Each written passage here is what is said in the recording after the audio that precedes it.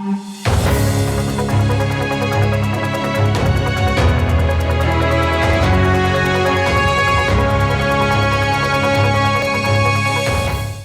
election season. What are election commission's rule on carrying cash?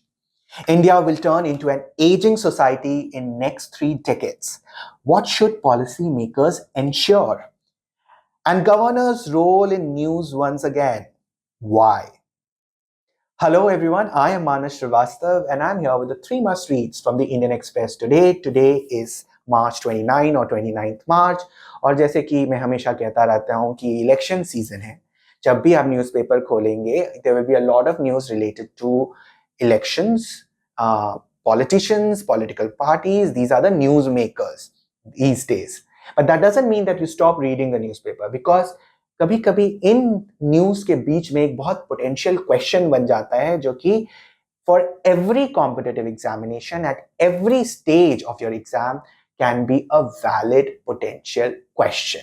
Now, one such article which I'm talking about today, which can be a very potential question, and as a citizen of this country, you should know about it, also comes from the explained page. So when you open the explained page today and you go to a section called Everyday Politics, there is this article written by Damini Nath. And it says, carrying cash during election season, what EC rule says. जैसे जैसे election pass आएगा, you will hear a lot of news regarding this kind of thing where election commission or some kind of cash has been seized from a car or a vehicle or a liquor or jewelry or some kind of things. और बहुत सारी ऐसी news आती रहती हैं and then you have to not skip it, but you can skip it if you know the basics. Okay, and today in this particular explainer, the basics are discussed. Some facts are discussed, some things which are very relevant for you to know from the perspective of Election Commission's rules. Okay, now the first paragraph of this explainer tells you, it builds the context. Kya keh raha hai? It says that earlier this week, a video of Tamil Nadu police seizing rupees 69,400 from some tourist went viral online. While the money was later returned, the incident had spotlighted Election Commission's stringent rules for carrying cash and other items around elections. ठीक है, तो जैसे मैंने बताया ऐसी news बहुत आती रहेगी. Now the very second paragraph which answers the question how does election commission deal with money power during elections give you some very static important information. Okay, क्या information दे रही है? Let's just read it. The Election Commission caps campaign expenditure at rupees 95 lakh per constituency in bigger states and rupees 75 lakh per constituency in smaller ones. To ensure that campaigns do not exceed these limits, the EC prior to every election issues detailed instructions to police, railway, airports, income tax department and other enforcement agencies to keep a strict vigil on the movement of cash, liquor, jewelry, drugs and gifts. और ये सब क्यों करती है election commission? So that politicians, political parties or the agents of these political parties do not wrongfully influence the voters. Okay, that is why this kind of these kinds of rules are set by the election commission. There are set limits जो कि एक constituency में expend किया जा सकता है. Remember, it's not fixed for all states. It depends on the size of these constituencies or these states जो कि यहाँ पे mentioned है. Now, specifically, what are the rules? Okay, so what are the rules? Basically, authorities are supposed to instantaneously report to the IT department. Remember, IT department. Anyone carrying cash worth more than rupees 10 lakh or more than 1 kg in bullion, cash or bullion can be seized till verification is completed in order to ensure that it is not related to any political party or candidate. So it will be returned also if there is no link. And then what about the candidates? What about the agents of those political parties or those people of the political parties? Uske liye the rule is that in a vehicle carrying a candidate, her agent or a party worker is found with over rupees 50,000 in cash, drugs, liquor, or gift items worth more than rupees 10,000, then the items will be instantly seized.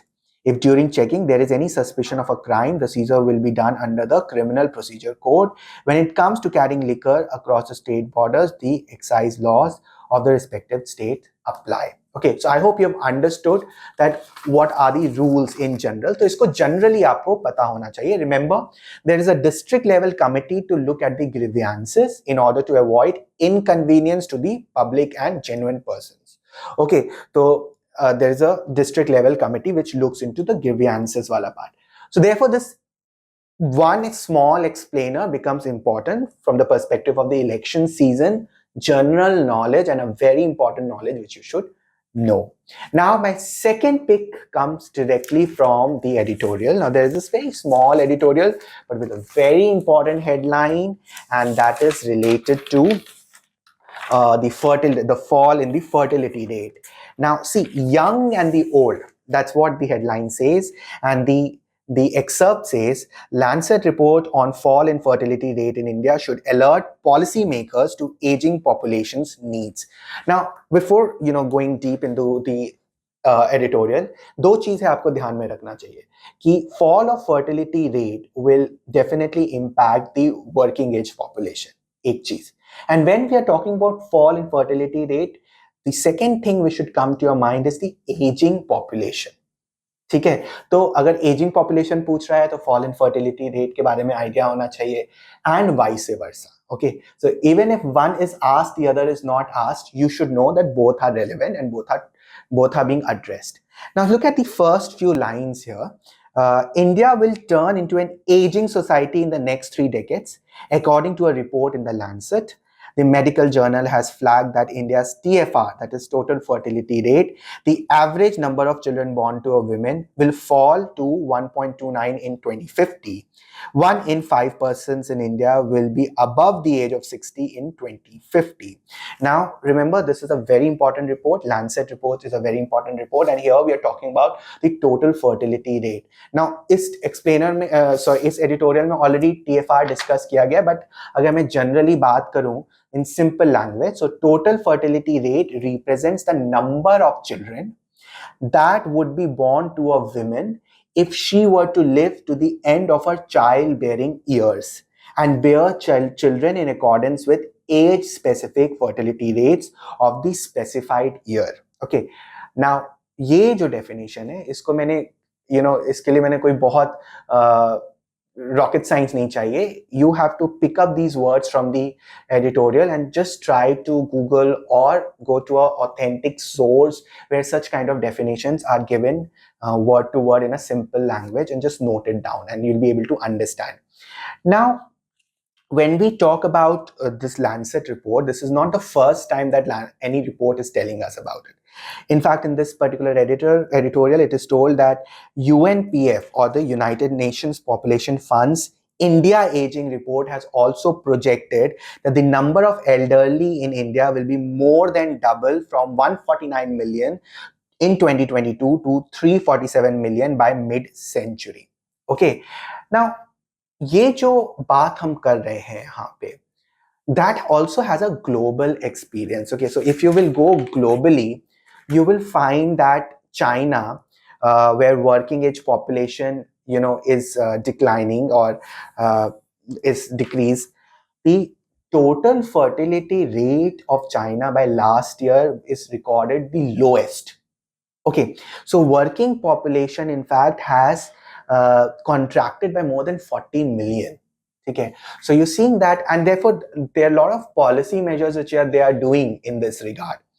Now, why they are doing it? Because a general understanding which even India should know on, and all of you should know, is that once the fertility rate falls below the replacement rate, remember this word, replacement rate, it's almost impossible to set back. Okay, ये बहुत important point है. Now, replacement rate से अगर नीचे fertility rate चला जाता है तो आप पुरानी situation में नहीं जा सकते. ठीक है. Now, this is seen in the case of China, and this is going to be the case in India. So you have to have some policy measures here. But before that, as we have just discussed कि total fertility rate की definition मैंने आपको मोटा-मोटी बताई है.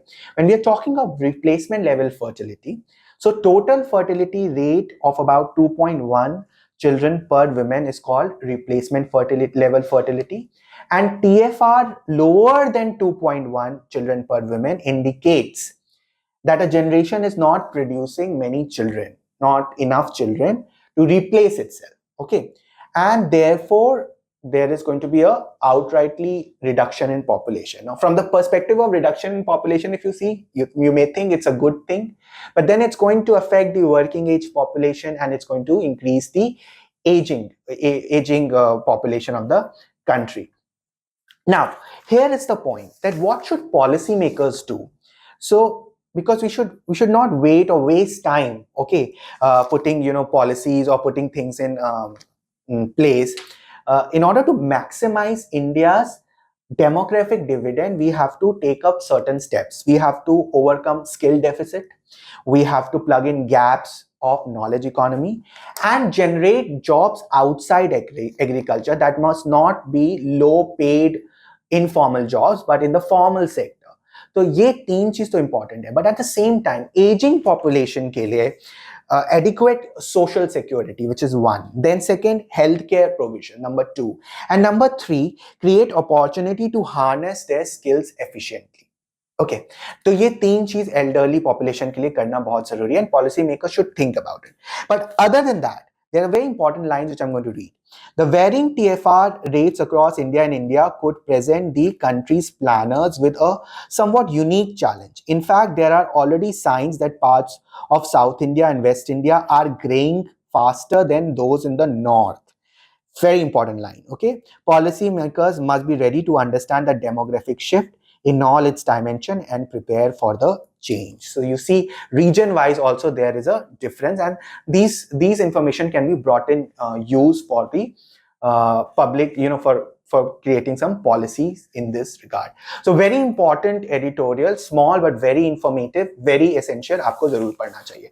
Now my third and the last pick actually comes from the topic which we've already discussed, but I am picking it up again today क्योंकि ये इतनी बार news में रहता है कि that you have to go to the basics very importantly. And this is by Ajoy Sinha Karpuram, Governors Assent to State Laws. Okay, explain laws.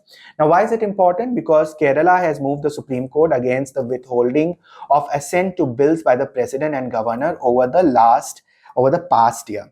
Several opposition rules stated that states have approached the court over the same issue.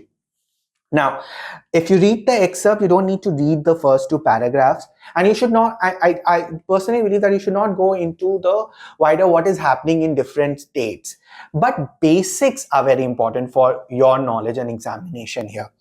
So, what is the governor's role in lawmaking?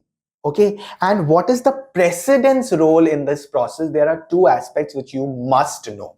Okay, so governor's role की जब हम बात करते हैं तो Article 200 becomes very important, and it says that the Constitution states that after a bill has been passed by the state legislature, it shall be presented to the governor. The governor then has three options: give assent to the bill, withhold assent, or reserve the bill for consideration by the president. Okay, and then it has discussed that what happens in these three conditions. My point here is that when you're reading this explainer, read your basic textbook also, whatever textbook you're referring to, connect this current affairs with the static part of the syllabus. Okay, so there is a connection, and that is how questions can be framed. Similarly, when you come to president's role, there's Article 201 is important, and it says in situations where a bill is sent to the president for consideration, the president can either give or withhold assent. This is dealt with within Article 201. And then it says that what happens if assent is withheld. So the whole point here is that such kind of news you should read with your basic textbook, और इसी तरह आप current affairs को static part of the syllabus से जोड़ते हैं, और इस तरह से आपका current affairs भी तैयार होता है and static part of the syllabus भी तैयार होता है. In the end, a very important thing I'm going to say. We are reading newspaper or we are preparing for examination. We are focusing on a very particular exam, some particular exam, current affairs prepare kar rahe. But as an informed citizen also, you should be in a habit to read newspaper and read news online. That's all from me today. See you tomorrow. Think smart, work hard, conquer your goal.